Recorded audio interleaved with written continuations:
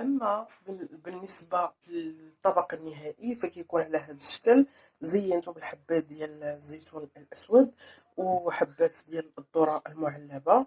كيبقى الاختيار لكم، ممكن اضافه القليل من الثوم، الطماطم سوريز، لا الطوماط سوريز.